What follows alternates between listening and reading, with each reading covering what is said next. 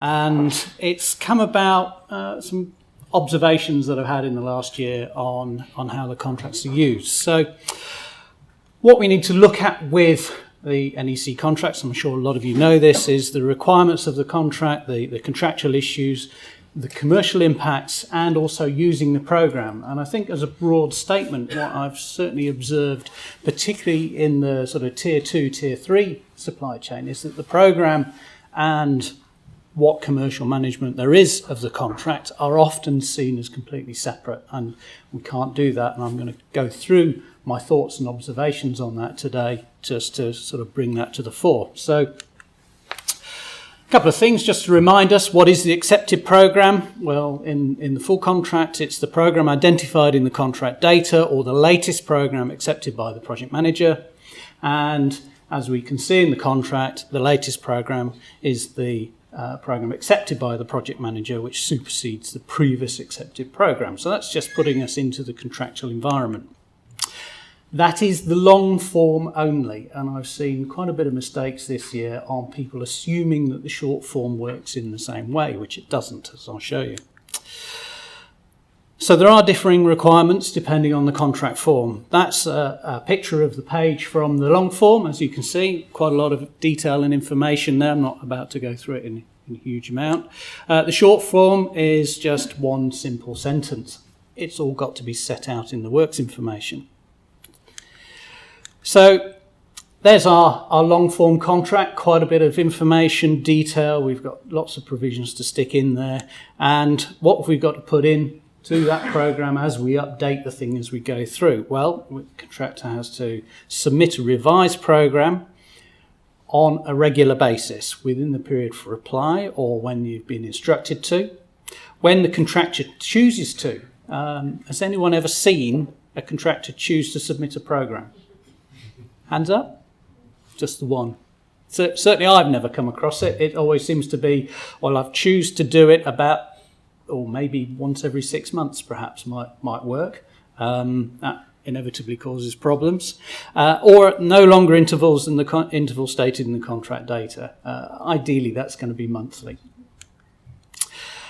What's got to go on that programme? Well, the actual progress of the work and the effect on the remaining work, effects of implemented compensation events, how to deal with delays and correct notified defects, and any other changes that the contractor proposes to make. And certainly Hezron's presentation is about how to get the accepted programme actually accepted as we go through.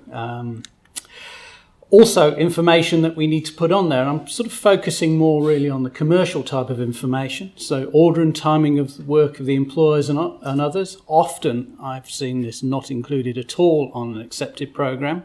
Things like access, acceptances in particular generally are left off. Plant and materials and other things that need to be provided by the employer, and information from others. Often this information is missing, and from the perspective of a subcontractor or a contractor, absolutely key information to maintaining your entitlements to that all-important completion date. Why is the programme not accepted? Well, there's 4 reasons under the contract. Plans aren't practicable, doesn't show the information that the contract requires, which includes all of that stuff that I've just been talking about, doesn't represent the contractor's plans realistically, and doesn't comply with the works information. So there's an awful lot of stuff there that a contractor has to get to grips with, or even a consultant has to get to grips with when preparing their NEC programme. All of that brings us to the commercial issues, time and cost implications of using the contract.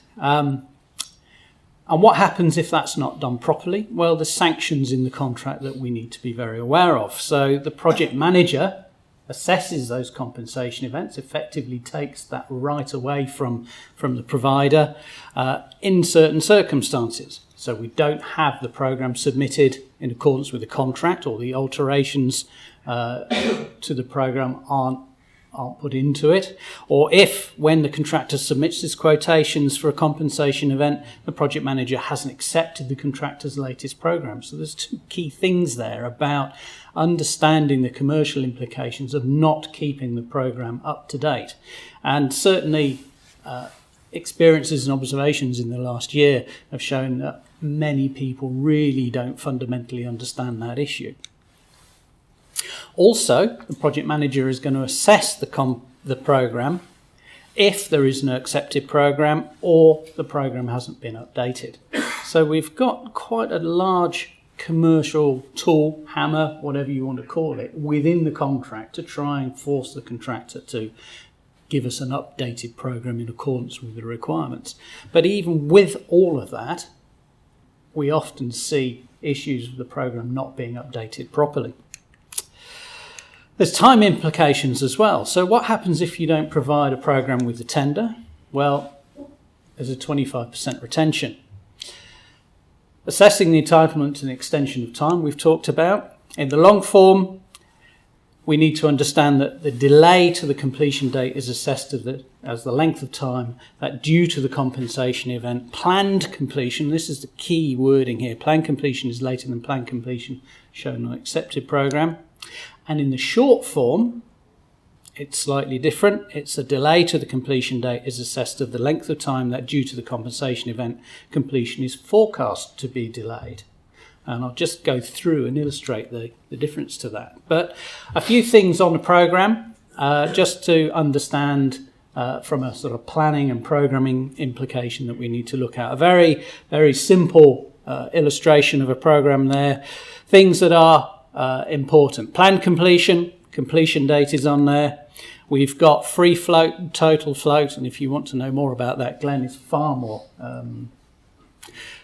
able to explain all of that than I am.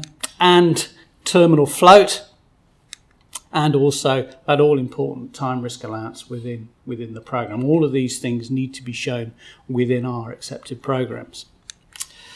So, going back to our commercial issues, if we look at the long form in respect of a delay to the completion date is assessed as the length of time that due to the compensation event, planned completion is later than planned completion shown on the accepted program, then we need to look at how do we calculate the extension of time.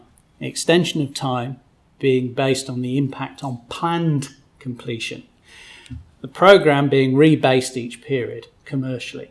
So I'm not talking about planning and programming as in terms of the project management of the work. I'm talking about the commercial implications here, in that we've got a commercially rebased program from which we continue to calculate our extensions of time and compensation events and all the other cost implications that come from that. In the short form mechanism, the extension of time is based on a slightly different logic. And those of you that are using the short form contract, it's probably something that you need to be aware of, certainly from a client implication. The contract only requires a forecast of completion, and all programming requirements must be stated in the works information. So if we look at the short form, delay to the compensation event is assessed as the length of time that due to the compensation event completion is forecast to be delayed. So implication of that short form is that if we take let's imagine this is our original program, we go through things, bit of an update, and we can see that activity C is now well into delay, and our completion date has been overrun, and we have completion forecast to go well beyond the completion date. Now, if there's damages in the contract, let's start adding those up, times those by the number of days or weeks we're going to be late. So we've got a few activities that are not in delay there. An activity is in delay, but there's been no impact on the completion date. And as we can see there, activity C, which is the activity in delay. So we're all jumping about. You're going to be finishing late. We've got the problems of a late finishing contract. We have a bit of a change coming on, and we've got some additional instructed work into activity D, which takes us to the end of that green line there. What happens in our short form contract is that the completion date moves to that point in time. Our forecast completion date remains the same at the end of activity C, because we've detached the planned completion issue. There is no planned completion connection within the short form as there is in the long form contract. Completion, therefore, remains at the end of activity C. We've had potentially some extra work to do, but it's no impact on the planned completion or the actual completion of the contract. But if we take another example where, let's say, there's some extra work given into activity E, and activity E's instructed work takes us beyond the end of C, then our forecast completion moves to that point there. So unlike the long form, where we've linked our delays to the planned completion, and you lock in delay if you've locked in delay into your program and under the long form, and that moves with you all the way through. Under the short form contract, that doesn't happen. On the short form contract, we're just talking about the forecast completion. So you need to be very careful when you're administering the short form contract in terms of extensions of time with respect to what you think is happening with effectively concurrent delay throughout the program. So we need to be very mindful of the difference between the two contracts, and we need to make sure that the commercial application of those two elements is fully understood by the teams and the risk inherent within those two different forms of contract. We also need to think about structuring the program. Logic and presentation can make a difference. We need to be wary of locking in our delays, depending on the form, and as I've just mentioned, we need to be very mindful of the contract form because they do work differently. Structuring the program can have an impact. Going back to my little illustration here, this all looks very good. Let's imagine that we've got a compensation event impacting activity 5. Let's say that compensation event affects that activity by another 50%. That'll just eat some terminal float. There'll be no impact on my plan completion, certainly in the long form, and therefore would be no extension of time. If we structure our program to look like that, with a finish-to-finish example, finish-to-finish logic on activity 5, and there may be very valid reasons for doing that, but immediately in the same work, but with a slightly different structure program, we can see that we put our compensation event of an extra 50% into activity 5, then that's going to push out planned completion and consequently the completion date. So being very mindful of structuring the contract, structuring the program, is also something we need to look at. So the whole purpose of going through this and understanding what needs to be done is that there needs to be a very close commercial link between the way the program is developed and put together and how the commercial aspects of the contract are run and managed. So looking at the information that's got to be provided, something which I often don't see. When is access must be provided? When are acceptances required? Plant and materials and other things. These things are often missed off the programs that I've seen it. I'm not saying it's universal, but certainly in the lower tiers of the supply chain where they don't have the resources and the skill sets inherent within their teams to be able to operate these contracts properly. You see a lot of problems, and when you go in at the end of it trying to advise and look at what's going on, it's a very difficult position to start from to try and recover the contractors or subcontractors' position.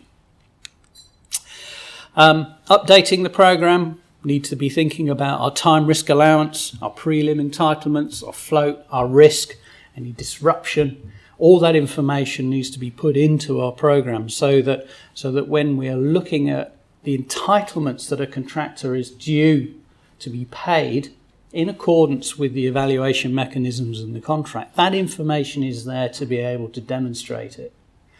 And we need to be very mindful about how that's set out and presented. And the sort of separation of the planning function from the commercial management function is something which can cause a problem later in the day if you're trying to recover a situation.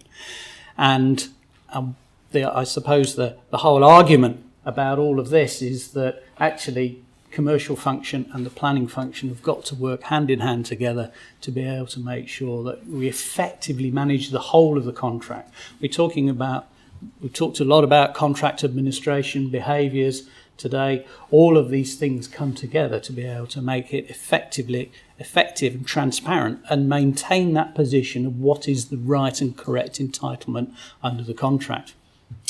So does the commercial management of the programme matter? Absolutely. Whether it's the accepted programme under the long form of the contract or a short form version, then yes, absolutely. It's essential to the function of the contract. It makes sure the contractor has the right entitlement, and it secures, perhaps most importantly, the completion date for the employer. So that's a few observations that I've had over the past 12 months since the last conference. Hope there was some new information in there to make you think about that, particularly if you're thinking about using the short form version. Be very mindful of what the short form contract says in the entitlement to extensions of time. Certainly there's one client out there that was very surprised when that was put to them. So thank you very much for listening. I'll hand you over to Hezron.